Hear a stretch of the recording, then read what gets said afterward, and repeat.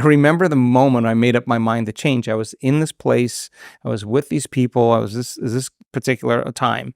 That the event is a long-term memory. So is the issue that people, when they want change, they don't change deeply enough? They're just looking at, well, if I do this particular new physical habit, that will be able to change things, but the underlying currents that are driving that behavior are always going to come in and then take over, despite the fact that you don't want to eat sugar anymore, or you want to be more polite with your partner, or you want to be more... It's too surface level with a lot of the change that tries to be attempted. Yeah, I think that people, unfortunately, they have to get knocked to our lowest level sometimes, where you're no longer inside the jar. When you're inside the jar, you can't read the label. You got to get so uncomfortable that you could actually see yourself, right? And so that tragedy, that crisis, that disease, the diagnosis, the loss, it's got to be so severe that you finally look at yourself and say, maybe it's me. Oh my God, could it possibly be me? But you're looking at yourself kind of through the eyes of someone else because you don't feel like you in that moment. You're so uncomfortable that you can see yourself. That concept is called metacognition, right? So a lot of times people wait for that crisis or the diagnosis or the betrayal to go, oh my God, I got to really change because I'm really unhappy, or I can't blame that person or my past or my circumstance because and nothing's working here. I got to really start making those changes. So when they see themselves separate from their program, they're becoming conscious of their unconscious self. That is the first step to change. Now, I say you can learn and change in a state of pain and suffering, which most people like to do, or you can learn and change in a state of joy and inspiration, right? So could you be defined by a vision of the future? And could you get up from your morning practice, actually believing in your future more than you're believing in your past? So from that elevated state where you combine a clear intention with an elevated emotion, from an elevated state, instead of a self-limiting state, you can be conscious of that old self as well. And so I think, God, what a great time in history to be alive, because this is a time in history where it's not enough to know. This is really a time in history to know how. And I've been at this long enough, Chris, to know that 20 years ago, people didn't hear it like they hear it now. The information is readily available, and people are realizing, kind of, if I have this dream, if I have this goal, how bad do I want it? And if they really want it, and we've all done this, you sit down and you say, what would it be like to be super healthy, super wealthy, super in love, super mystical, transcendental, whatever it is? Like, you ask that question and your brain gets really creative. It starts combining circuits in new ways, and you start getting this vision of the future, this possibility that you actually put yourself in this future reality. It becomes so real that you start to feel the emotion as if you were actually there. And so that moment when you come out of your resting state, the stronger the emotion you feel when you hold that vision, the more you'll remember that vision. That's creating a memory.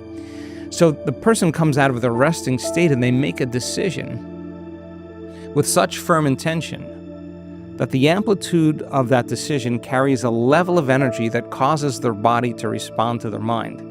That their choice that they're making in that moment becomes a moment in time that they would never forget. They'll say to you, I remember the moment I made up my mind to change. I was in this place, I was with these people, I was this particular time.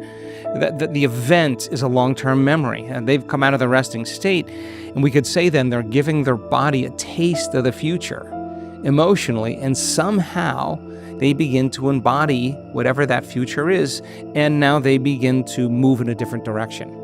And so they start trusting in their future more because they feel like they're connected to it. So then the person who's really interested in making a change would have to come to that same state again in order to produce the same effect. If they say, I don't feel like it, or I want to be nicer, or whatever, and there's nothing really at stake. Intention is really meaning. You gotta have a meaning behind what you're doing. So people who now say, I want a better life, I can't have a better life unless I change, and when I change, my life will change.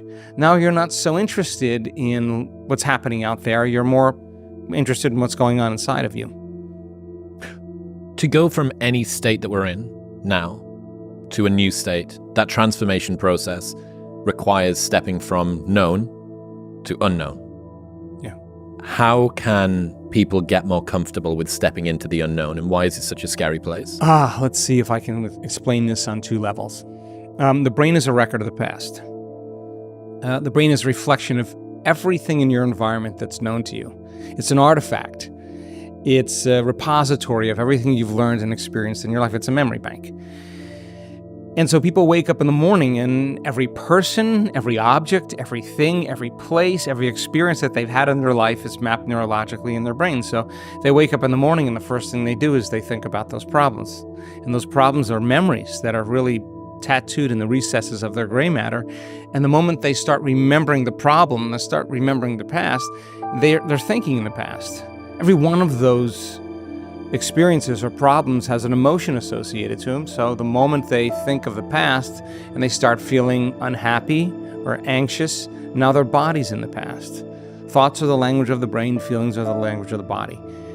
Thought and feeling, an image and an emotion, a stimulus and response, and you're conditioning the body emotionally into the familiar past. And the body's so objective, as I said, doesn't know the difference between the real life experience and the one that you're imagining. The body's actually believing it's living in the environment where that problem is actually existing in the present moment. So that becomes the familiar past, and we call that the known.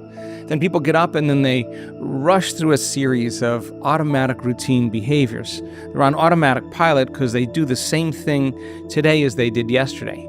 And a habit is a redundant set of automatic, unconscious thoughts, behaviors, and emotions that's acquired through repetition. So now the person is in habituation, a program, and their body's dragging them into the same predictable future based on what they did in their past. In other words, we could take up their yesterday and set it on their tomorrow, and there's going to be a lot of predictability. So if you can predict something, then that's the known too. So the familiar past is the known, the predictable future is the known. There's only one place left where the unknown exists, and that's the sweet spot of the generous present moment. And so we teach people how to master the moment, how to master their attention. And where you place your attention is where you place your energy.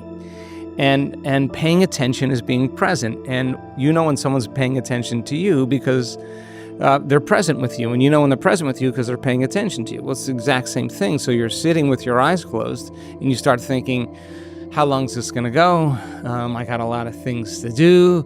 Oh, God, I got to think about that place I got to go to and meet that person. I got another meeting over there. And now your brain is actually defaulting and going to that predictable future. We discovered that you're not a bad meditator actually at all.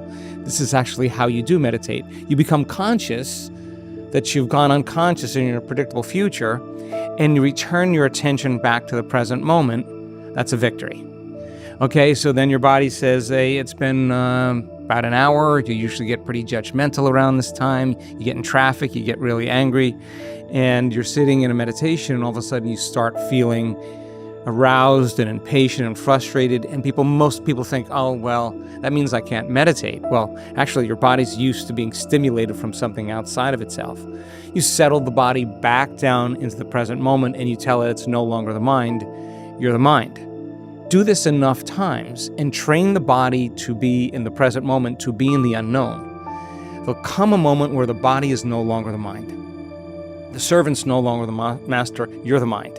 And when that occurs, there's this tremendous liberation of energy that takes place in the body. The body's going from particle to wave. It's going from matter to energy. The body's being freed from the chains of the past or the predictable future. And we discover energy actually kind of moves right into a person's heart. And they start feeling really grateful to be in the present moment instead of being in the unknown and trying to predict the next moment. So it's a practice. And if you practice it on a regular basis, we discovered you can get really good at being in the unknown and going against thousands of years of programming that says the unknown is a dangerous and a scary place. There's better chances of survival if you run from the unknown than you embrace it. So you put the person that keep relaxing into the unknown, and sooner or later they realize nothing bad is happening in the unknown, and they just start relaxing and expanding. And there's just a host of biological changes that begin to take place. So I think you can make that a skill or a habit.